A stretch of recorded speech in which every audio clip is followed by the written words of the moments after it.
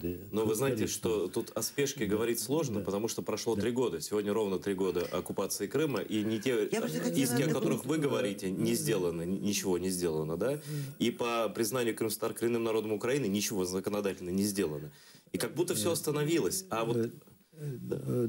Зараз головне завдання примусити Росію припинити порушення міжнародного правопорядку і звільнити як Крым, так и... Да, об этом сегодня президент Порошенко говорил в своем коротком заявлении, но я хочу вот на что обратить внимание, что фактически мы призываем мировое сообщество бороться, подаем в ООН там, и так далее. При этом государство 3 года не сделало ни одного законодательного шага внутри по поводу защиты прав крымтатарского народа. Все это на уровне декларации озабоченностей. При этом, что мы слышим о Крыме у нас? Это в основном те планы Пинчука, я забыл, Філіпчука, да. Артеменка, уже там чоловік 5, да? Да. Ну, це, ви розумієте, це не позиція української держави, це позиція агентури Російської Федерації, агентів впливу Російської Федерації, і ці заяви, вони не мають жодного юридичного... Это правда, но они действуют на общественное мнение. Правильно, вони впливають на громадську думку, вони спрямовані на введення в оману міжнародної спільноти. Да, одна із целей, да, для того, щоб вважали, що тут це внутрішній конфлікт, що тут і що можна вирішити питання за рахунок України. За рахунок України, за рахунок українців і кримських татар. Да, то есть можна... Але знов-таки, тут я хочу повернутися до того питання, про яке я говорив. Справа в тому, що аргумент проти підготовки такої консолідованої претензії той, що Росія все одно відмовиться. Ну, тогда можно ничего не делать вообще. Ви розумієте, тоді треба... Сложити руки і все, Росія ні з чим не погоджується, то нічого не треба робити. Не, ну это і ви аргумент ужасный, на самом деле. В свій час гітлерівська Німеччина теж думала, що вона може безкарно порушувати міжнародне право, міжнародний правопорядок, окупувати, завоювати інші країни і робити вигляд, що їм море по коліна і що ніяка відповідальність, вони не зазнають ніякої відповідальності. Так в Радянському Союзі в грудні 42-го року був створений надзвичайна комісія по встановленню злочинів гітлерівської Німеччини. Спустя год після початку війни з Германією. Ні, грудень 42-го року. Ви уявляєте, грудень 42-го року.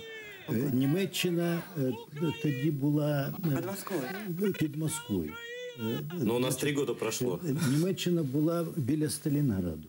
Значить, справа ж не в термінах, а критична була ситуація. Тоді ніхто не знав, чим закінчиться війна. Но діло робилось. Але справа робилась, незважаючи ні на все. Тому цей аргумент, він абсолютно не... Ми не знаємо, що буде через 2, 3, 5 років. Ми повинні самі готові, ми свій путь повинні проходити. Ми повинні абсолютно пройти свій шлях і знати, на що ми маємо право. І мати аргументацію, яка свідчить про злочини, які вчинила Росія, злочин загальний, акт агресії, там воєнні злочини, злочини проти людяності, ту шкоду, яка була спричинена державі Україна і суспільству українському, окремим українським громадянам, включаючи і кримських татар. Розумієте, потім це... Підготовка такої претензії, вона мала б мобілізуючий ефект як всередині країни, так і на міжнародній арені. І, це, так би мовити, справа доведення вини Російської Федерації юридичними засобами, використання міжнародного права для захисту своїх інтересів, розумієте? Да, но Це мне... важливо. Я, знаете, Це что хочу важливо. спросить? Мы говорим про Германию. Германия платила Советскому Союзу контрибуцию много лет. Да. Мы в результате всех этих событий, мы можем рассчитывать, что мы сдерем, ну, фактически с оккупанта или того, что там останется, деньги на восстановление Крыма, на вот это вот. Правильно, так На це розчитано, Це завдання. От якраз мета підготовки такої консолідованої претензії полягає в тому, щоб ми чітко знали, якої шкоди ми зазнали, скільки було витрачено грошей, скажімо, на ліквідацію цієї шкоди, і що ми можемо вимагати від Росії як держави-агресора. А відносно реалізації цих вимог, це вже іншого плану питання. Але реалізація цих вимог, вона можлива лише тоді, коли дипломатичні зусилля України на міжнародній арені приведуть до посилення санкцій проти. Это все связанные вещи. Це пов'язані речі. Да, вот вы сейчас сказали фактически, что Советский Союз во времена Сталина,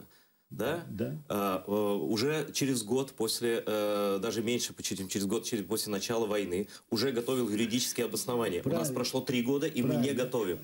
І Радянський Союз був не єдиною державою.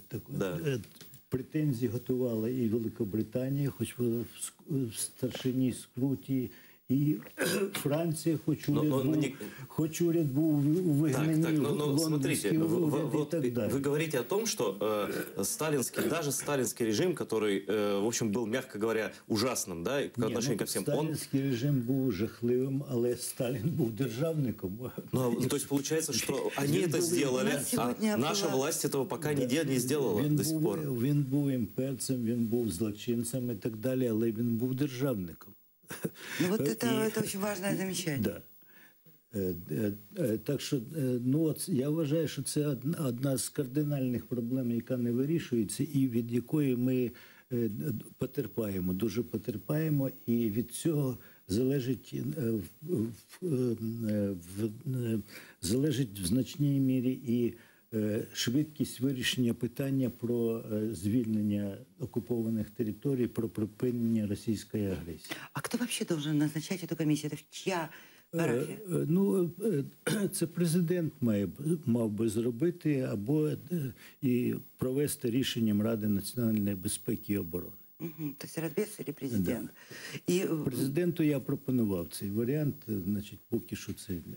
Как вы думаете, по какой причине идут проволочки по этим вопросам? Ви знаєте, тут взагалі така дивна ситуація, тому що у нас поки що та ситуація, яка склалася внаслідок збройної агресії Росії, вона не знайшла належної правової оцінки. І те, що відбувається, і речі, які ми маємо, не називаються речі своїми іменами. Україна, власне кажучи, здійснює відсіч збройній агресії Росії, але це називається АТО. Не війна проти держави-агресора, а АТО. И это дает возможность России говорить, что это внутреннее дело Украины. Так, і це підриває правову позицію України, підриває, дезінформує і українське суспільство, і вводить в оману, міжнародну спільноту. Получается, что мы сами себе мешаем. Абсолютно. І в результаті оці неефективні заходи в рамках Мінського формату, Нормандського формату, відмови від Женевського формату, тому що було сподівання, що ми якось можна домовитися з Путіним, шляхом якихось оборудок і так далі. Да не можна з Путіним домовитися. У Путіна своя мета, і він чітко йде до цієї мети. І ми повинні абсолютно усвідомлювати і розуміти, що російська владна еліта вважає Україну екзистенційним ворогом Росії. І мета владної еліти Росії – це остаточне знищення України як нації, як суб'єкта міжнародного права, як геополітичної реальності. І з цього треба виходити і будувати відносини і з Росією, і з усім світом, і пояснювати всьому світу, в чому справа. От аналіз наших взаємин з Росією свідчить про те, що всі механізми співпраці, які були створені в рамках українсько-російських відносин, Росія врешті-решт використовувала проти України. Звідси і газові війни, і нафтові війни, і торговельні війни, які весь час велися. От, то висновок з цього такий, що ми повинні діяти таким чином, щоб Україна була самодостатньою державою і не залежала від примх Росії. І сьогодні, знов-таки, висновків з цього не робить керівництво України, тому що це приклад цьому питання про блокаду і Криму, і Донбасу. Врешті-решт, Україна, правильно ставлять питання не я, а дуже багато людей. Ми що, воюємо чи торгуємо? Розумієте? І всі ці намагання виправдати необхідність торгівлі з Росією в широкому плані, там вже великий обсяг торгівлі лишається з Росією. І обсяг торгівлі там з окупованими територіями, в Донбасі, скажімо, так? Це, власне кажучи,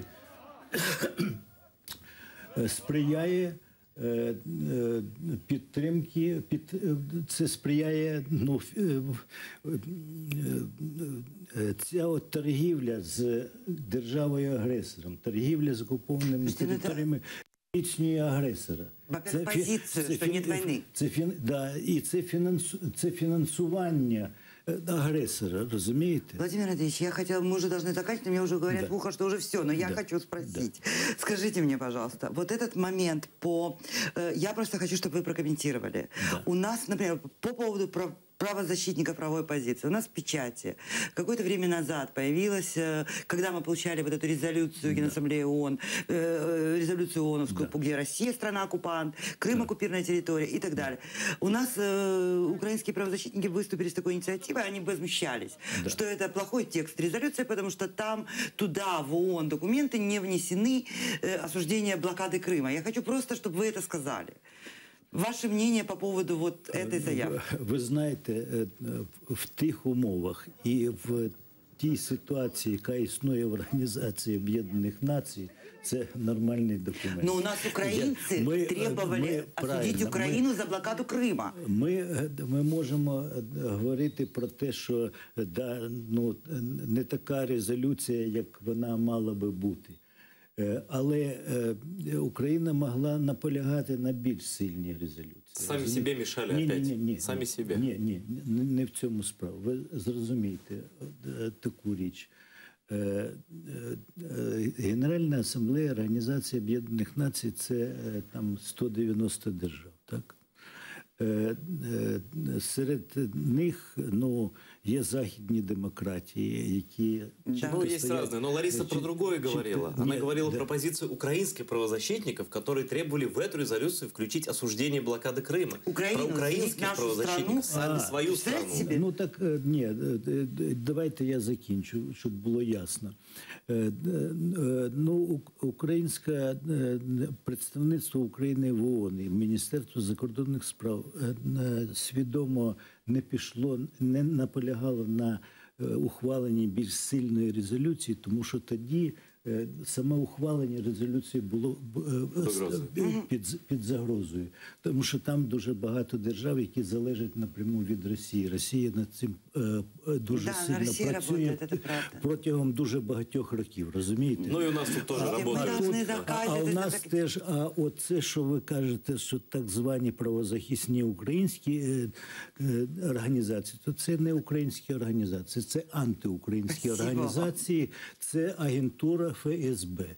Спасибо. Дуже багато от тих громадських організацій, які сьогодні існують в Україні, створені, там дослідницькі центри, там політологи і так далі, це агентура ФСБ. Спасибо Чтобы большое. вы не сомневались. И клиентура СБУ. Мы должны заканчивать. Мы сейчас заканчиваем наш блог с Владимиром Василенко, и у нас будет запись интервью Марианы Бетцы, позиция МЗС по Министерству иностранных дел Украины по вот всем этим резолюциям, международным искам, отчет о проделанной работе за год. Не переключайтесь. 3 роки назад Росія скоїла міжнародний злочин. Це злочин збройної агресії проти України. Вона порушила суверенітет і територіальну цілісність нашої держави, незаконно окупувавши Крим та місто Севастополь. 20 числа це дата тимчасової окупації, 26 числа це фактично дата супротиву АРК російській окупації. І 3 роки ми вже живемо в умовах тимчасової окупації частин території України. Безперечно, з моменту окупації Україна як держава, президент України, МЗС як зовнішньополітичне відомство вживали всіх політико-дипломатичних засобів, заходів для того, щоб звільнити Крим. І ми робимо це щоденно, тому що звільнення Криму – це наш обов'язок, це наша територія. І, безперечно, Росія має нести відповідальність за цей злочин. Магічного рецепту, безперечно, звільнення території Криму сьогодні чи завтра, на жаль, немає. Разом з тим, ми працюємо щоденно. І наша робота складається з декількох напрямків. Перш за все, це політичний трек, який полягає в тому, що нам надзвичайно важлива міжнародна консолідація наших зусиль разом з нашими партнерами в тиску на Росію.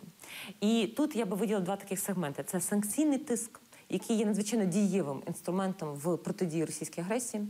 І ті санкції, які були запроваджені з боку Європейського Союзу, з боку Штатів, з боку інших наших партнерів, як секторальні, так і персональні, вони надзвичайно є дієвими. Це дуже потужний інструмент впливу на Росію. Що б Росія не казала, що б не казала російська пропаганда. Насправді, чим болісніші ці санкції, тим слабкіше стає Росія. І ми надзвичайно вдячні нашим партнерам, що вже 3 роки ці санкції діють і будуть діяти. Тобто ми маємо абсолютне запевнення від наших міжнародних партнерів про те, що доки Крим не буде деокупований, санкції будуть діяти. І це ми чули і в рамках Радбезу нещодавно, і в рамках інших міжнародних організацій, і в рамках Європейського Союзу ці заяви лунають майже щотижня від Могеріні та інших високих представників Європейського Союзу та від інших чинників. Тобто ми впевнені, що санкції будуть діяти. Це перший напрямок. Другий напрямок в рамках політичного блоку – це робота в рамках міжнародних організацій. Одразу з моменту тимчасової окупації, незаконної окупації півострова, МЗС України почали дуже активну роботу з Організацією Об'єднаних Націй, з Радою Європи, з ОБСЄ, з іншими міжнародними нашими партнерами. І результатом цієї активної дипломатичної роботи, як урядової дипломатії, так і неурядової дипломатії, а, скажімо так, парламентської дипломатії, тому що є парламентські органи тих чи інших організацій, стало, наприклад, зокрема, ухвалення надзвичайно важливих резолюцій. Я тут виділю резолюцію від 27 березня 2014 року про територіальну цілісність України. Це надзвичайно важлива резолюція, перш за все, тому що це була перша резолюція, ухвалена одразу після окупації і спроби анексії Російської Федерації Криму, яка чітко зазначила, що не визнається так званий референдум, не визнається зміна статусу АРК, і був заклик до всіх держав та міжнародних організацій утриматися від будь-яких заходів, засобів, які можуть тлумачитися як такі, що визнають зміну статусу. Це надзвичайно була важлива резолюція.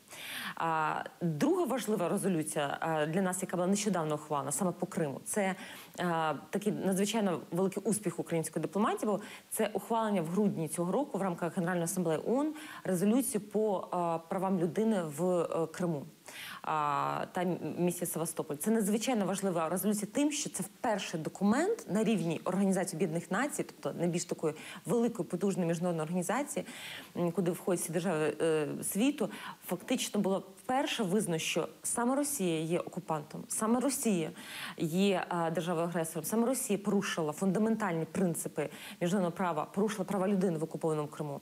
І Росія має дотримуватися норм міжнародного права, тому що, відповідно до гуманітарного права, навіть держава-окупант несе свої права і обов'язки, окупувавши ту чи іншу територію. І був чіткий заклик до Росії надати дозвіл міжнародним моніторинговим місіям мати допуск до Автономної Республіки Крим, щоб бачити ситуацію, яка відбувається зараз там. Тому що одна справа – дистанційний моніторинг, він здійснюється. У нас діє міжнародна місія в рамках ООН, вже як мінімум було 16 доповідей щодо ситуації і на Донбасі окупованому, і в Криму. Разом з тим це дистанційно здійснюється моніторинг через неурядові організації, журналістів, через жителів Криму. Але надзвичайно важливо приїхати туди і побачити, що там відбувається, послухати людей, поговорити з людьми. Надзвичайно важливо, тому що дуже багато Росії приховує. Безперечно, що важливо для Росії? Приховати свої злочини. Тому вони не допускають міжнародні моніторингові місії, або допускає в такому масштабі, або такі, які їй вигідні для того, щоб представити свою пропаганду, що все дуже там райдужно, і все дуже добре, і надзвичайно великий потенціал має окупований Крим, що абсолютно не відповідає дійсності. Це політичний такий блок, тобто це санкції, як дуже дієвий, ефективний інструмент, і резолюції, рішення міжнародних організацій. Крім цих двох, які я назвала, ухвалена ще низка в рамках Ради Європи, Парламентської асамблеї Ради Європи, в рамках ОБСЄ, які всі засудили російську агресію, в яких є містяться заклики до Росії припинити агресію, припинити злочини як на Донбасі, так і в окупованому Криму. Тобто вони створюють політичну основу для міжнародної консолідації і для того, щоб ми подальше діяли на Росію і тиснули на Росію. Другий напрямок або трек – це міжнародно-правовий. Буквально нещодавно Україна 16 січня подала позов до Міжнародного суду ООН щодо порушення Росії двох міжнародних конвенцій. Це конвенції про заборону всіх форм расової дискримінації 65-го року і конвенції щодо боротьби з фінансуванням тероризму. Фактично, це безпрецедентний такий випадок. Вперше Україна подала позов проти Російської Федерації, а Міжнародний суд ООН – це найбільш авторитетна і така єдина судова інстанція ООН, яка розглядає виключно спори між державами. І ми фактично зробили безпрецедентну роботу за ці 3 роки. Тобто нас багато разів запитували, чому, наприклад, не подали позов раніше, чому одразу не подали. Ми намагалися використати всі юридичні можливості, щоб потім не було ніяких процедурних, непроцедурних, скажімо так, можливостей у Росії якось ці позови відхилити. І тому ми працювали ці 3 роки над тим, щоб отримати доказову базу і по Криму, і по Донбасу. Тому що питання фінансування тероризму стосується саме Донбасу, питання по дискримінації стосується саме Криму. Тому що ми виходимо з того, що ті злочини, які здійснюються в Криму, це перш за все це злочини, які пов'язані з дискримінацією кримсько-татарського населення, етнічних українців, тобто безпосередньо злочини проти неросійських громад. Тут є трохи специфіка з міжнародним судовими інстанціями в тому, що Росія не визнає обов'язкову юрисдикцію Міжнародного суду ООН. І це надзвичайно теж важливо, чому ми одразу не можемо подати там по багатьом напрямкам позову проти Росії, саме як держава, в Міжнародний суд ООН. Нам потрібно було конвенції, а їх всього декілька, де Росія обов'язково визнає цю юрисдикцію у разі виникнення спору. Крім того, ми провели всі процедурні моменти регулювання спору досудовим шляхом з Росією. Але Росія відмовлялася все врегульовувати. Тому ми це розуміли, але ми виконали нашу правову частину, ми виконали нашу процедурну частину, і тепер ми пішли в суд. І ось зараз, 6 по 9 березня, в Міжнародному суді ООН в Гаазі будуть перші слухання, які не будуть слуханням по суті справи. Це будуть слухання по так званим запобіжним тимчасовим заходам, які вимагає Україна як держава, щоб суд застосував до Росії, щоб вона негайно припинила ті абсолютно кричущі порушення своїх зобов'язань за цими 2 конвенціями. І в контексті Криму це саме порушення конвенції про заборону всіх форм расової дискримінації, порушення прав людини на території окупованого Криму. І ці слухання будуть надзвичайно важливими. І рішення по цим слуханням воно буде винесене там за місяць, за 2, але воно буде теж обов'язковим до виконання.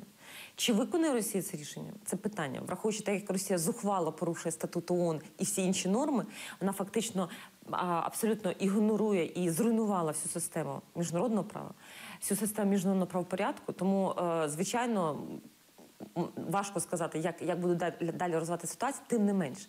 Це створюється важливий політичний і юридичний наратив на Росію. І рано чи пізно відповідальність не стане. Санкції – це вже є форма відповідальності. І Росія це прекрасно розуміє. Просто, звичайно, нам потрібно, щоб було винесено рішення Міжнародним судом. Рано чи пізно проти Російської Федерації були відшкодовані всі збитки по Криму.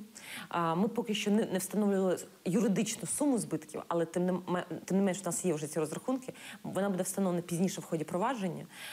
Разом з тим, звичайно, ми будемо вимагати абсолютно по всім напрямкам відшкодування суми збитків за тимчасову окупацію, за ту шкоду, яку вона заподіяла Україні як державі внаслідок тимчасової окупації. Це другий напрямок. Звичайно, є позови також окремі, які розглядаються в Європейському суді з прав людини, яким опікується Міністерство юстиції. Є також позов пов'язаний з морським арбітражем, за конвенцією з морського права. Тобто тут ми діємо дуже системно і в співпраці з Міністерством юстиції. Тобто ми працюємо дуже системно, і ця робота має привести до результатів. Але треба розуміти, що ці результати не настануть буквально сьогодні-завтра, тому що є певна процедура, яка вимагає цього. І третій напрямок, надзвичайно важливий, це інформаційний або публічний. Про всі злочини в Криму мають знати. Мають знати в Україні, мають знати в інших країнах, мають знати в міжнародних організаціях. І от зараз відбувається якраз цими днями міжнародний форум, присвячений роковинам окупації Криму. Буквально на днях 27-28 лютого в Раді ООН з прав людини буде сегмент високого рівня засідання цієї ради, де буде виступати, до речі, наш міністр Клімкін, і буде порушити обов'язково питання порушення Росією прав людини в Криму. Також на полях цієї Ради ООН з прав людини в Женеві відбудеться додатковий захід, який буде виключно прив'язаний до ситуації в Криму. Наші партнери мають знати, мати аргументи, факти, доказову базу, бачити, що відбувається на півострові. І такі заходи, вони відбуваються постійно. І в рамках ОБСЄ, і в рамках ООН, і в рамках Ради Європи. Дуже важливо проводити виставки, показувати документальні свідчення, що відбувається. Дуже важливо привозити наших громадян, як кримських татар з Криму, так і етнічних українців, які можуть самі розповісти ці історії. Не тільки урядовці, не тільки посадові особи, не тільки неурядові організації, але і самі свідки тих злочинів Росії, які зараз відбуваються в Криму. Тому, звичайно, говорити про конкретно один напрямок, він, можливо, не буде сам по собі дієвим, але в цій синергії, тобто політичний напрямок, який включає в себе санкційний тиск і рішення міжнародних організацій і резолюцій. Друге, це міжнародно-правовий трек, який зараз іде повним ходом розгляд справ щодо Росії, щодо злочинів Росії. І третє – це інформаційні. В цій синергії, я думаю, що призведе до того, що це, перш за все, послаблюється Росія, створюється дуже сильний тиск на Росію, політичний, економічний тиск. І, по-третє, це все призведе до міжнародної ізоляції Росії. І її позиції слабнуть. Вона і так це розуміє, що її позиції слабнуть. Час грає не на руку Росії. І рано чи пізно, тобто це все призведе до того, що створюються більш сприятливі умови для деокупації Криму. І, звичайно, ми зі свого боку, як зовнішньополітичне відомство, будемо і далі робити все можливе для того, щоб це відбулося якомога швидше. Тому що ми розуміємо, що перш за все це йде мова про долю людей. Салям алейкум. Мы снова возвращаемся в студию нашего телемарафона, посвященного Дню сопротивления оккупации Крыма. Параллельно мы будем вам показывать видео с марша солидарности, который сегодня проходит в самом центре Киева. Это марш солидарности с крымскими татарами, который проводят Меджлис татарского народа, общественные организации и гражданское общество в Киеве в третью годовщину оккупации Крыма. А сейчас у нас в студии координатор известной общественной организации «Крым СОС» Тамила Ташева. Салям алейкум, Тамила. Алейкум салям. Тамила одна из тех, кто... Эта организация одна из тех организаций, даже, я бы сказал, главная в этом плане организация, которая занимается мониторингом, в том числе, нарушений прав человека в Крыму. И именно благодаря Крымсосу была составлена карта нарушений прав человека в Крыму с начала аннексии, на которой наглядно видно, чем занимаются там российские власти. И этой картой и этим постоянным мониторингом разрушаются пропагандистские мифы России о том, что там ничего особенного не происходит. Происходят аресты некоторых людей, экстремистов, там, террористов, там, людей, призывающих к нарушению так называемой территориальной целостности России и так далее. На самом деле, если посмотреть на эту карту, там почти 100% уже нарушений, задержаний, арестов и преследований касаются представителей крымско-татарского народа. Я хочу вот именно Тамиле такой вопрос задать. Насколько выражен вот этот национальный акцент в репрессивной политике России в Крыму? Ну, мы вообще всегда говорим, что преступления и преследования ведутся против нескольких групп лиц. Самая крупная группа – это крымские татары, и вторая группа – это все проукраинское как бы население, которое проживает на территории Крыма. Крымских татар преследуют в первую очередь не потому, что они являлись там, сторонниками территориальной целостности Украины, да, они не допустили там, определенных событий, там, 26 февраля, там, они были ярыми противниками оккупации и так далее. Не участвовали в референдуме? Не участвовали в референдуме, в последующих выборах. Вот. Но в том числе по той причине, что крымские татары весь период, в том числе и независимости Украины, да, они были за вот эти вот демократические ценности, они были голосовали за демократические силы украинские при всех да, режимах. Они очень свободолюбивый народ и так далее. Это тот народ, который очень сложно загнать под определенные какие-то рамки.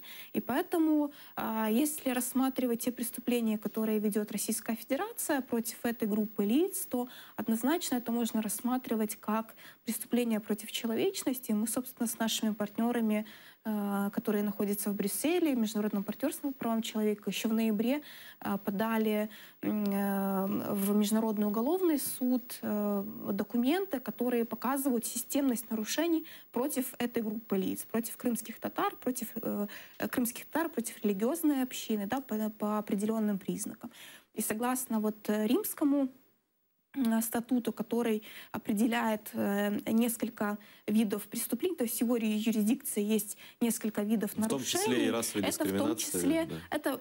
это называется преступление против человечности, там есть вопрос агрессии, депортации и так далее. Да, и вот это вот преступление против человечности — это один из вопросов. А в него уже входит и вопрос там, насильственного перемещения, вопрос насильственных исчезновений, к примеру, да, которыми мы активно занимаемся и стараемся каким-то образом помочь родственникам тех людей, которые находятся в неведении. Это и перемещение, изнасилование и так далее, и так далее. Да? И в том числе преследование как религиозной общины, преследование политической мысли и так далее. То есть оно такой вот всеобъемлющий, это такой пункт, да, который нарушается со стороны России. Тамила, я не знаю, хотел бы узнать твое мнение. Мне кажется, что российская репрессивная машина применяет такую тактику в борьбе против крымских татар. Она выбирает людей во многом случайным образом и предъявляет им различные обвинения. Одним, как Ильми Умерову за призывы к нарушению территориальной целостности Российской Федерации, другим, как Ахтему Чийгозову, Мустафе Дегирменджи Али Асанову за несанкционированные акции, которые еще были, правда, даже в де-факто Украине, не только де-юре. Третьих они называют террористами, экстремистами, хотя никакого оружия, ничего там нет вообще у этих людей. И причисляют их к группе к организации Хизбут Тахрир, которая запрещена всего в 2 странах, да? Вот, и даже неизвестно, являются ли они сторонниками этой организации. Да? А третьих, вот новая волна пошла репрессий, это против тех людей, которые показывают репрессии. То есть это вот люди, которых сегодня должны выпустить, это, можно назвать блогерами, можно назвать людьми, которые выражают солидарность, когда выходят, когда аресты, обыски и так далее. То есть есть вот как минимум насчитывать, то есть это то, что они хотят сделать из Крыма еще информационный гетто, откуда не выходит никакой информации, никакого возмущения. То есть есть ощущение, что они выбрали такой многовекторные репрессии, разные, да, чтобы показать мировому сообществу, что мы не преследуем крымских татар, мы преследуем вот таких, вот таких, вот таких, вот таких. Твое мнение на этот счет как? Конечно же, оккупационная власть максимально формальная, хочет показать, что она не преследует крымских татар, либо украинцев и так далее, а что она преследует преступник. К примеру, на крымских татар соблюдающих, да, как мы называем, религиозных людей, она их называет террористами через надуманное политическое дело Хизбут Тахрир, которое вы вспомнили, и за якобы участие в деятельности Хизбут Тахрир, которое не было... на полсекунды. Сейчас мы тоже показываем шествие солидарности с крымскими татарами, гражданами Украины в Крыму, которое идет уже в центре Киева. Вы можете видеть крымско-татарские и украинские флаги. И они приближаются к месту, где будет проходить митинг, и мы также ждем выступления там политиков, в том числе главы Меджлиса крымско-татарского народа Рифата Чубарова. А пока продолжаем разговор с Тамилой. Вот на Хизб-ут-Тахрире мы остановились. И, собственно, преследуется, да, по надуманному этому делу, навешивается на них ярлычок такой, что террориста, чтобы мир думал, что это Россия с терроризмом борется. Абсолютно, там, да. Вторая категория – это светские крымские татары, которые, к примеру, относят себя к Меджлису, которые имеют какое-то отношение к Меджлису, хотя к Меджлису имеет отношение все, каждый крымский татарин. Да, и на него навешивают ярлык экстремист. Это вот политические дела Сулеймана Кадырова, Ильми Умерова, не крымского татарина, украинца Николая Симины, которых обвиняют в нарушении территориальной целостности Российской Федерации. Николай Симина, он же тоже за что, собственно, сейчас находится? Нарушение, за якобы призывы к нарушению территориальной целостности. За то, что он поддержал блокаду Крыма в своей публикации. За то, что он сказал, что что агрессия незаконна, за то, что Крым — это Украина. Вот ровно за то, что он поддерживает борьбу крымских татар. И вот также к этим делам пристегнули, чтобы запугать остальных. Опять же, кого? Блогеров, журналистов, ну и так далее. Да, если вернуться к следующей, да, категории, то это появилась новая категория диверсантов. Она началась Кстати, я забыл про нее, да. Да, в августе 2016 года, когда украинских граждан начали обвинять в том, что они якобы нарушают мир в Крыму, да, и так далее. И с удостоверениями разведки украинской обязательно, это не может быть иначе, переходят границы, или же дома, когда заходят к арестованному человеку, украинские флаги, визитки правого сектора находят. Вот, да. И на самом деле под это дело могут сейчас подписывать абсолютно каждого бывшего военнослужащего украинского, да, таких пенсионеров военных достаточно много в Севастополе. Это вот больше, чем десяток этих вот новых уголовных дел. И действительно появилась еще новая категория и попытка запугать людей, которые освещают все судебные процессы. Это те активисты, которые ходят под суды, ходят когда осуществляются обыски и так далее. Это транслируют, они не боясь, фотографируют этих людей, ведут трансляции в Фейсбуке и так далее. Но Российская Федерация не понимала, с кем она связалась, да, если грубо говорить, что на то, что задержали этих 10 ребят, пришли все остальные еще раз и опять начали все это снимать. Да? Сегодня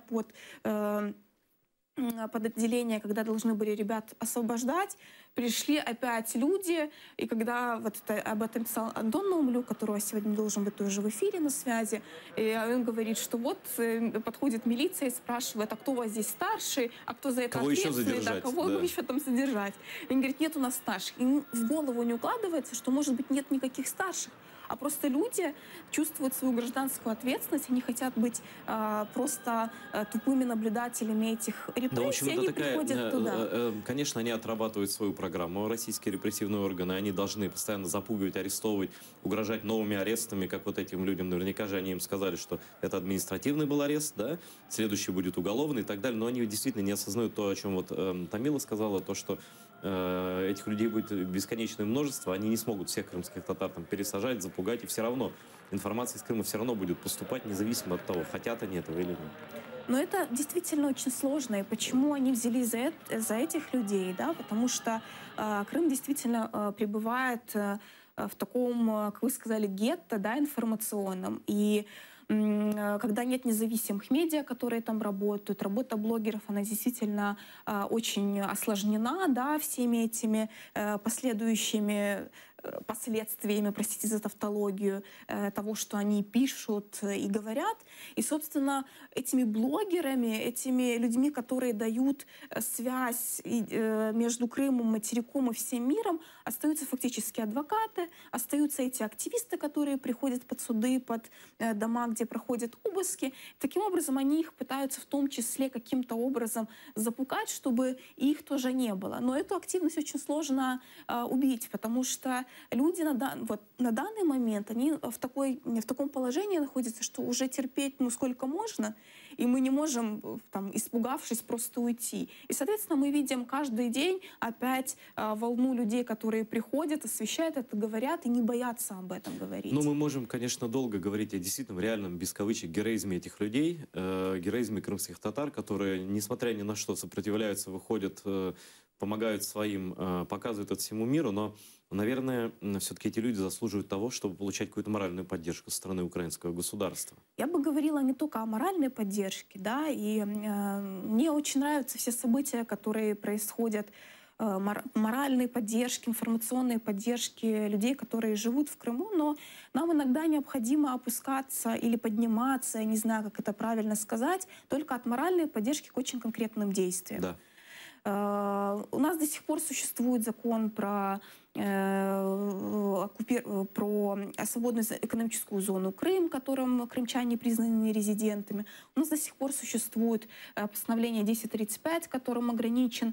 То есть мало того, что они там находятся в оккупации люди, так мешают еще и здесь людям, которые фактически являются в собственной стране беженцами, вынужденно переселенными лицами. Да, это вопрос паспортизации документов украинского образца, и до сих пор эти процедуры достаточно сложные, они осуществляются через суд. И там такие организации, как мы, ряд других организаций, которые постоянно сопровождают этих людей в судах, либо в Херсоне, как в первом пункте, либо дальше на материковой части Украины. Это очень плохо, да, и поэтому мы должны максимально упрощать все процедуры для тех людей, которые живут в Крыму и вынуждены жить в этой оккупации. Тамила, мы еще вернемся к теме того, что реально должна сделать Украина для поддержки жителей Крыма. Сейчас у нас на связи Антон Наумлюк, это корреспондент российского отделения «Радио Свобода», один из тех очень немногих журналистов, которые на самом деле помогают крымским татарам. И спасибо тебе большое, Антон, за то, что ты все транслируешь, за то, что благодаря тебе и ты стал одним из самых главных каналов информации о репрессии против крымских татар. Приветствую тебя, Антон. Добрый день. Антон, где ты находишься и что за твоей спиной? Так, я сейчас нахожусь в Каменке, это на окраине Симферополя. Здесь проходит коллективная дуа за судьбу 5 арестованных по делу Хизбут Тахрир, крымских татар. Симферопольская пятерка, которые были арестованы последними.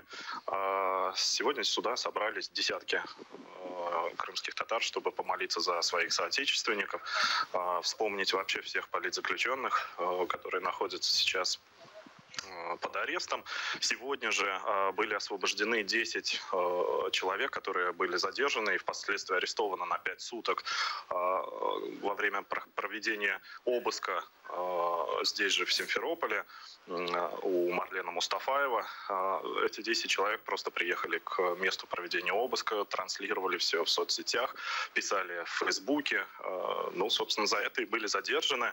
Официально им было предъявлено обвинение в проведении несанкционированного митинга. Сегодня все 10 человек постепенно в течение дня выходят, причем последних будут отпускать уже почти в полночь. Суды над ними длились тоже очень долго, в полночь только закончились. Но такое было событие, в общем-то, чрезвычайное даже для Крыма, даже по меркам Крыма. Это был перебор со стороны спецслужб.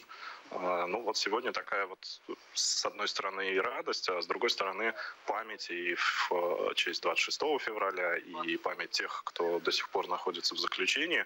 Но хотя бы люди, которые выходят сейчас, и там Эмиль Курбединов, который выходил раньше, другие активисты, которых административно арестовывали, но это такой символ для многих здесь присутствующих, что можно дождаться и родных, которых осудили на долгие сроки, на много лет, и тех, кого еще судебный процесс только ждет.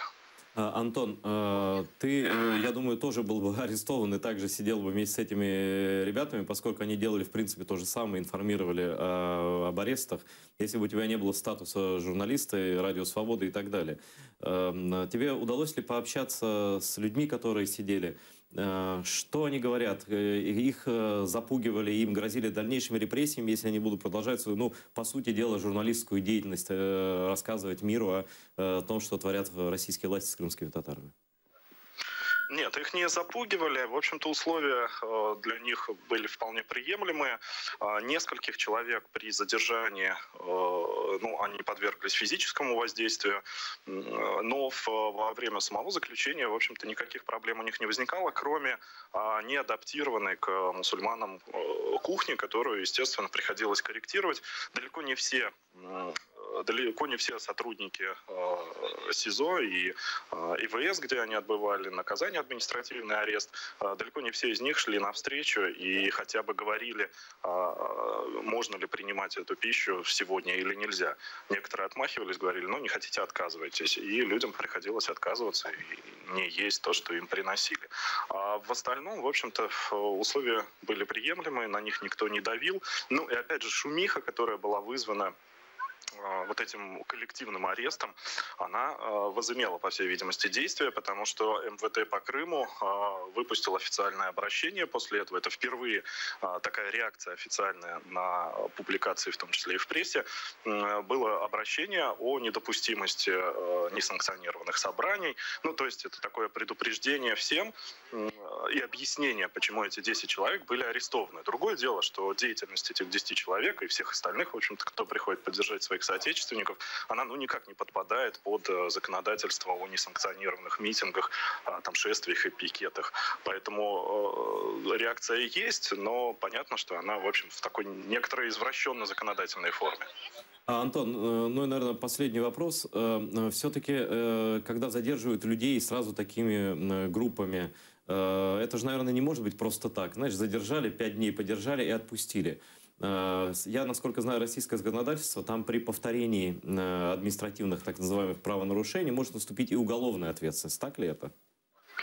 Вот по тем статьям, которые были вменены вот этим 10 мужчинам, которых задержали во время обыска у Мустафаева, действительно так, 20.2 Кодекса административных правонарушениях. Вторичное по той же статье задержание уже грозит арестом до 30 суток и штрафом, по-моему, до 100 тысяч рублей. А вот третий раз, так же как с Ильдаром Дадиным, хорошо, что вот сегодня опять же совпало, что Дадина отпустили, он вышел, первый заключенный, который за 3 административных арестов впоследствии получил и уголовную ответственность, и уголовное преследование. Вот с людьми, которых здесь задерживали, может повториться примерно то же самое, если силовики поставили себе целью заставить замолчать людей, которые ведут активную переписку в соцсетях и активно освещают действия силовиков. Теоретически этот вариант вполне возможен. Антон, спасибо тебе за твое включение из Крыма. Даже просто приятно было увидеть Крым и увидеть, что ты рядом с этими людьми, и увидеть, что эти люди не сдаются и каким только можно образом поддерживают друг друга. Спасибо. А мы в нашем эфире переходим к трансляции с Майдана Незалежности в Киеве, где сейчас происходит митинг в поддержку борьбы крымско-татарского народа и за целостность Украины. Там сейчас должен выступать глава Меджлиса нашего Рифат Чубаров.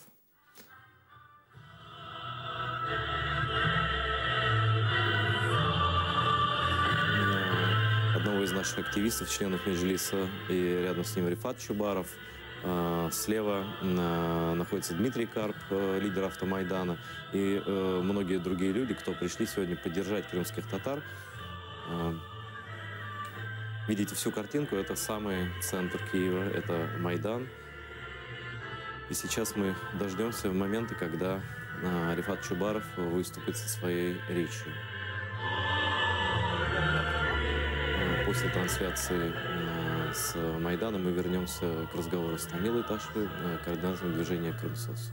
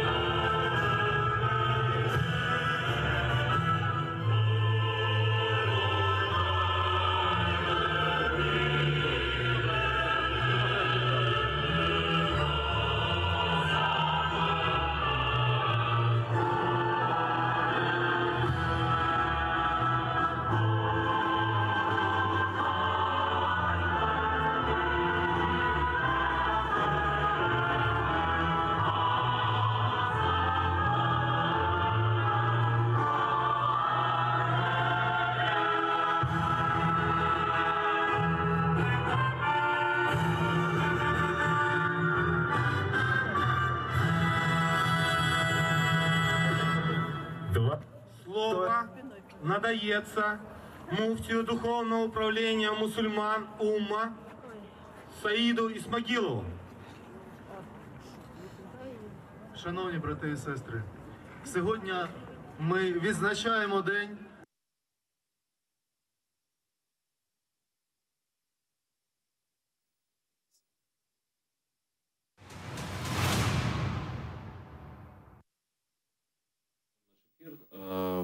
в ожидании выступления главы Меджлиса Рифата Чубарова. Там сейчас выступает муфтий шейх Саид Исмагилов, глава Духовного управления Умма, активный человек, который поддерживает крымско-татарский народ всегда и всегда участвует везде, во всех наших акциях. И он такой очень серьезный человек, который нас поддерживает. А с нами в студии Тамила Ташева, координатор организации «Крымсос», с которым мы продолжаем разговор о том, мы остановились на том, что должна сделать Украина для крымских татар, для жителей Крыма.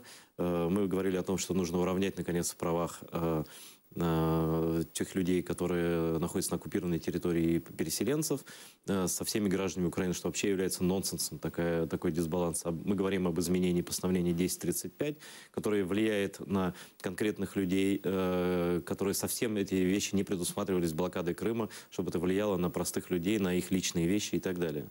Но я хочу вернуться еще, обратиться к теме общезаконодательной. Почему, на твой взгляд, до сих пор не принят закон о крымских татарах как коренном народе Украины? Мне всегда очень сложно отвечать на этот вопрос по той причине, что, к сожалению, действительно, этот закон не был принят и во время всего периода украинской независимости. Тогда-то неудивительно. Да. Тогда, на самом деле, да, неудивительно, потому что, вроде как, не те силы были у власти, да, не те демократические силы. Сейчас мы имеем 3 года оккупации, и по-прежнему есть ряд проблем, связанных как раз-таки с новыми событиями, которые происходят на протяжении 3 лет, но и, в принципе, с старыми вещами, которые мы уже давно лоббируем. На самом деле, насколько мне известно, сейчас очень активная работа, фактически на стадии завершения идет по поводу принятия данного закона. В Верховной Раде было принято постановление по поводу признания крымских татар коренного. Однако следующей ступенью действительно была разработка и принятие законодательного акта, а не просто подзаконного акта. Поэтому сейчас это на какой-то такой уже более финальной стадии, но все-таки все движется очень медленно. Насколько мне известно, сейчас Министерством по оккупированным территориям написан план работы по Крыму. Да, это не стратегия, которую там многие ждут и говорят о ней. Однако вопрос же не в том, каким образом будет называться этот документ. Мне кажется, что-нибудь сделали реально. Да, главное, чтобы это был очень конкретный документ с перечнем конкретных заданий, в какие законодательные акты нам необходимо внести изменения, что необходимо сделать, к примеру, на границе, либо в информационном плане, перечень ответственных за эти дела, и далее просто двигаться по этому плану, потому что за все это время не было ни одного консолидирующего документа, видения, куда нам вообще двигаться. Да, это может стать хорошим, как по мне, началом все-таки того, не скажу, что полного бездействия, но частичного бездействия украинской власти по отношению к деоккупации, к тем людям, которые проживают. Но дело в том, что без закона о статусе крымских татар как коренного народа Украины невозможно дальнейшее движение законодательное к тому, о чем говорил буквально накануне Рифат Чубаров, обращаясь и к президенту и парламенту Украины, о том, что необходимо во исполнении слов самого же президента Украины Петра Алексеевича Порошенко начать процесс создания переформатирования Крымской автономной республики Крым в Крымско-Татарскую автономную республику в составе Украины. И без этого, без первого шага невозможно второго. Вот почему-то мы сегодня опять не дождались реакции президента на это. Были очень общие слова, которые, в общем, мало кого могут вдохновить. Там в основном крымцы Украины, мы будем продолжать борьбу. Как ты думаешь, это дело сдвинется с мертвой точки все-таки в ближайшее время? я, по крайней мере, очень надеюсь, но я скажу, что я как крымская татарка, конечно же, однозначно, да и как гражданка Украины, понимаю, что без таких изменений, без того, чтобы Крым после деоккупации стал крымско-татарской территориальной автономией в составе украинского государства, ну, решить проблему Крыма в принципе невозможно, последующую реинтеграцию его. Однако следует сейчас говорить в том числе о очень базовых вещах, которые могут помочь людям, которые живут там. Да, и я не перестану говорить о всех документах, которые люди получают, проблем, с которыми они сталкиваются. Это не так, ну, это не так сложно. Это вообще все не так сложно, о чем мы говорим. Нужна политическая воля. То есть нужна политическая воля, необходимо очень конкретное движение по этой программе действий, потому что сейчас очень много противостояния, насколько мне известно, в том числе в каждом из министерств и ведомств Украины, чтобы там отменить тот или иной закон, я имею в виду в первую очередь закон про свободную экономическую зону Крым, да, есть определенные проблемы с получением свидетельство о рождении и смерти, и чтобы это было через административную процедуру, а не через судебную процедуру. Конечно же, этому противостоит ряд ведомств. Но я считаю, что нам необходимо все эти законодательные нормы принимать, и нам, как общественным деятелям, в первую очередь давить на государственные органы власти. А тем нашим лидерам, которые есть сейчас и в парламенте украинском, и являются чиновниками того или иного ведомства, со своей стороны максимально продвигать все это. Потому что прошло 3 года, и понятное дело, что каждый крымский татарин, который живет в условиях оккупации, да, он каждый раз спрашивает: вы там, мы находимся здесь. Что вы сделали? Что вы сделали? Да, и мне каждый раз очень сложно отвечать на эти вопросы. Да, я могу отвечать за определенный перечень вопросов, которыми мы занимаемся. Да, это там только за 2016 год более 500 выигранных судебных дел, и большинство из них касается в первую очередь документов свидетельства о рождении и смерти именно для крымчан. Это называется борьба с государством, с бюрократией, с нашим государством. Потому что мы не должны заниматься, и суды не должны выполнять функции ЦНАПов, да, либо миграционной службы. В общем, получается так по факту, что вместо совместной борьбы с государственными органами против агрессора, против оккупации, получается, что борьба происходит между общественными деятелями, между отдельными политиками, которые добиваются вот того, о чем ты говоришь, и государственной бюрократической машиной. На мой взгляд, это нонсенс на 3-м году оккупации заниматься такими делами.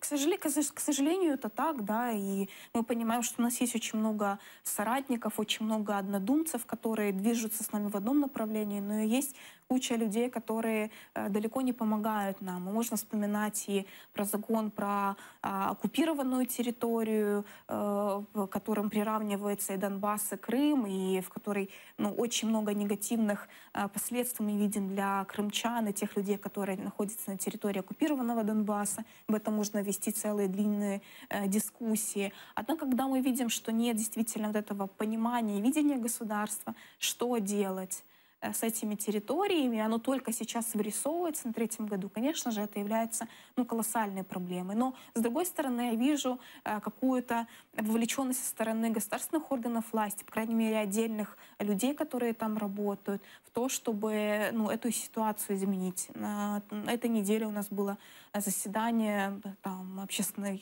организаций и на базе Министерства оккупированных территорий, да, где мы рассматривали план работы по Крыму. Я очень надеюсь, что он в ближайшее время, там, до конца, возможно, марта, он будет принят, и мы начнем просто двигаться по нему. Я надеюсь, что от планов все-таки власть перейдет к действиям. И спасибо тебе и твоим коллегам, которые давят на чиновников, потому что смотреть на их беспомощность, на беспомощность вообще власти уже далее невозможно. И особенно это грустно смотрится из Крыма. Тем не менее, я призываю наших зрителей ни в коем случае не падать духом. Ну, просто вот жизнь, она вообще непроста, и государственная машина, она тяжела. Даже после Майданной Украине много очень разных сил, в том числе и откровенно пророссийских, которые мешают нашей борьбе и мешают, собственно, Украине самой. Я благодарю Тамилу Ташеву, координатора движения, организации, хотя можно назвать, наверное, движением Крымсоц, которая была сегодня в гостях.